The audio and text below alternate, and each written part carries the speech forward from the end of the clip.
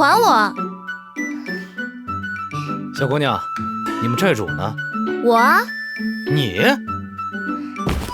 不像吗？能让那20-30个大汉生不如死？他们是土匪，打打杀杀的，什么场面没见过？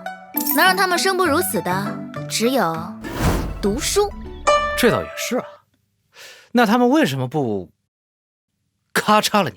难道你是身怀绝世武功的天山童姥？我不会武功，但我爹是前任寨主。哦，原来是拼爹呀。那你为什么非得让他们读书呢？抢钱代价多高啊，那是拿命在拼，还不如多读点书，改成骗钱。不怕土匪汉，就怕土匪有文化。你说什么？不是，我说寨主啊，英明神武，举世无双，高瞻远瞩，胸有丘壑。等一下，你这几句说的太好了，他们以后拍马屁的时候有用，我要记下来，让他们拿去背。不是寨主，像你这样冰雪聪明、蕙质兰心，有没有想过一个道理？什么道理？强扭的瓜不甜，强摘的花不香。他们既然不愿意读书，你又何必强求呢？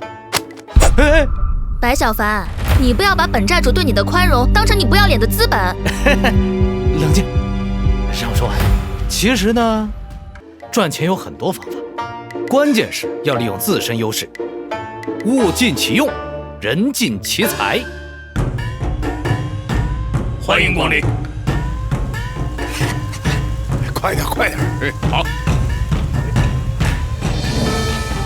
家人们、铁子们，大家下午好，欢迎来到八里山露营基地。这里山明水秀，人杰地灵，4时风光不同，1秒魂牵梦萦。这里富含负氧离子，让您远离尘世喧嚣，还您一片心灵净土。你是啥？温柔一点，客户是上帝。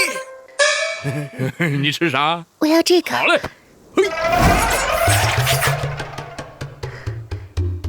2位美女，我们这里不仅有好吃好玩的，还有隐藏菜单。什么都可以吗？